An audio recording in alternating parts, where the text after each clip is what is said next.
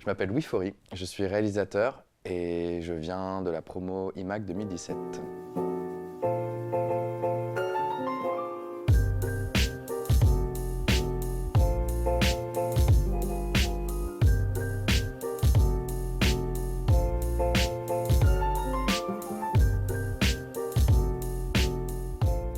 Le boulot de réalisateur, il y a plein de choses.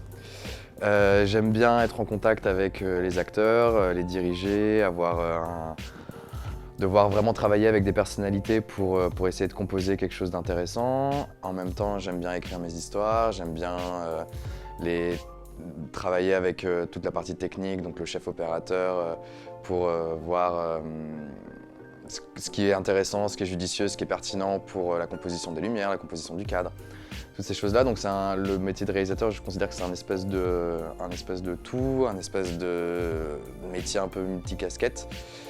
Et donc il faut être un peu intéressé par tous les aspects pour, à mon avis, réussir à faire quelque chose d'intéressant. Non, une journée type, non, il n'y a pas de journée type en fait, parce que ça dépend des projets. Il y a des projets, par exemple, là je suis à la fois sur de la post-production, donc du montage, de l'étalonnage de différents projets. Je suis aussi sur la conception d'un autre projet qui prend plus de temps. Donc là en ce moment c'est pas mal de bureaux, devant un écran, devant un ordinateur, envoyer des mails, appeler des gens. Et après là par exemple la semaine prochaine ou dans 2 semaines j'ai un gros projet, donc ça va être 7 jours de tournage. Donc il n'y a pas vraiment de journée type dans ce métier-là.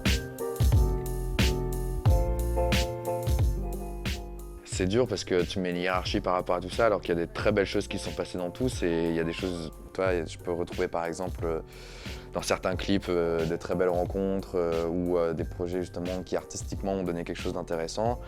Au contraire, des projets, des courts-métrages où on vient vraiment développer une idée, développer un propos. Donc l'artistique est moins là et c'est des équipes qu'on connaît déjà. Donc, allez, après, si je devais dire quelque chose, c'est un film qui n'est pas encore sorti et c'est vrai, je reprends ce qu'a dit mon collègue, mon agent qui est là. Non, mais c'est un projet qui s'appelle Pop Cosmos, qu'on a fini en juin dernier, qui est en train de se balader un peu en festival, là, qui est un court-métrage et en fait qui a été fait du coup avec toute une équipe de potes, donc à la fois l'actrice principale qui est aussi une IMAC, et puis toute l'équipe technique, Grégoire à la lumière, Mélodie qui l'assistait. Toute cette équipe-là, je trouve qu'on a trouvé une belle énergie et c'est un projet qui me tient à cœur autant pour l'aspect artistique que le propos qu'il développe. On a fait une petite pub pour Itch, les VTC. J'ai toujours des projets avec une marque de vêtements qui s'appelle Bonne Gueule. Une marque de vêtements de mecs qui est plutôt cool. Avec la Fashion Week, il y a eu pas mal de petites choses là, des portraits de créateurs, voilà, pas mal de petites vidéos comme ça. Mon stage de 2e année, c'était à Superette, une boîte de production. J'étais assistant monteur, des fois un petit peu DA, assistant de production, c'était un peu une petite casquette. Et c'était vraiment très cool parce que j'ai fait la rencontre. Déjà, j'ai pu intégrer un milieu professionnel très pointu, parce que c'est une boîte de production qui a fait quand même des publicités qu'on a pu voir passer à la télé, des choses assez intéressantes. Donc ça m'a permis de me confronter à ce qu'est vraiment le milieu du travail dans l'audiovisuel, autre que ce qu'on nous raconte à l'école et la théorie. En plus de ça, c'était des très belles rencontres parce que Armelle et Frédérica, les 2 productrices,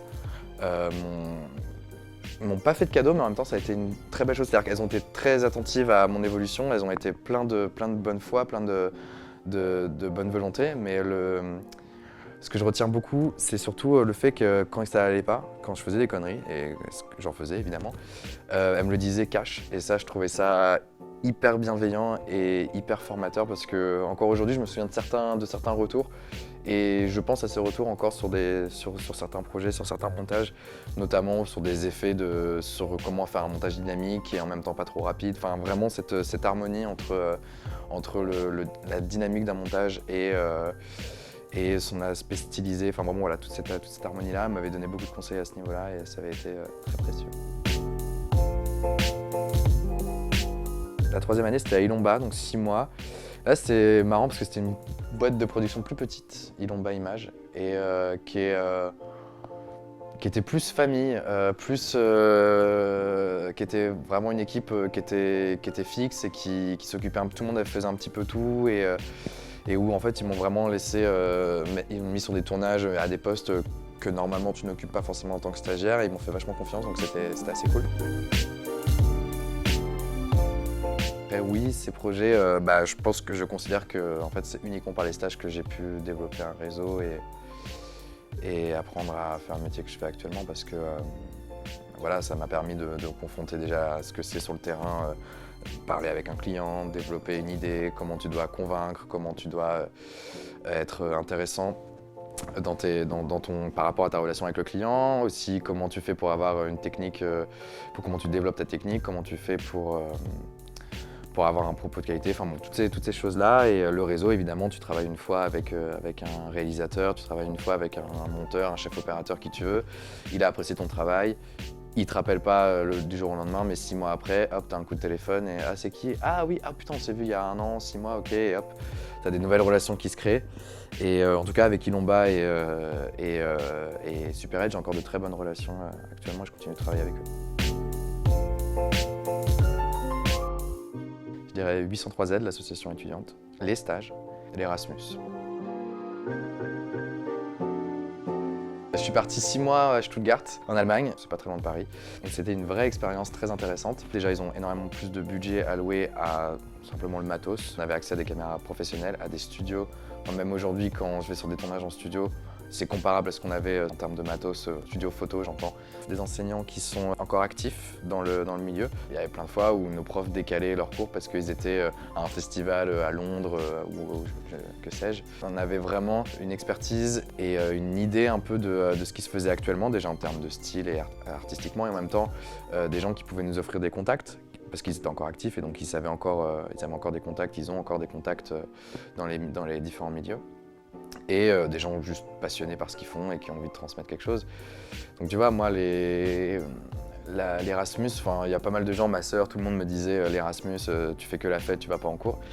Et ben moi, j'ai passé un Erasmus où je faisais pas mal la fête et on n'allait pas souvent en cours, mais je pense que j'ai quand même été assez assidu parce que c'était tellement intéressant et tellement fascinant et c'était tellement en fait à l'inverse de ce que j'ai pu avoir comme enseignement, mais toute école confondue en France, que ça m'a fait énormément de bien. Ouais.